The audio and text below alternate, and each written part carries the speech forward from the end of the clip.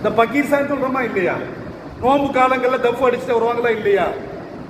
இந்த பக்கீர்கள் யார்? இவர்களுடைய வரலாறு என்ன?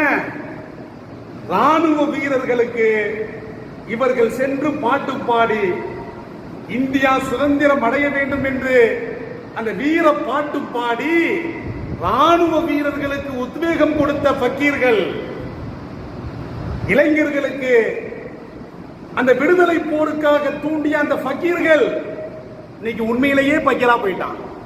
கண்ணியமிக்கவளை சிந்தித்து பாருங்கள். இன்னைக்கு ரோட்ல பிச்சை எடுத்துட்டு இருக்கிறாங்க, கொட்டு அடிச்சு. இன்னைக்கு ₹1 ₹2க்காக அவர்களுடைய நிலைமை மோசமாகிவிட்டது. அவர்களுடைய வரலாறு என்ன? ஆரம்பத்தில் அவர்கள் பிச்சை எடுத்தார்களா? இல்லை. சுதந்திரத்திற்காக வேண்டி பாட்டு பாடி ராணுவ வீரர்களுக்கு உத்வேகம் கொடுத்த அந்த பக்கீர்களுடைய நிலைமை உண்மையிலேயே பகீர்சாவும் போயிட்டார்.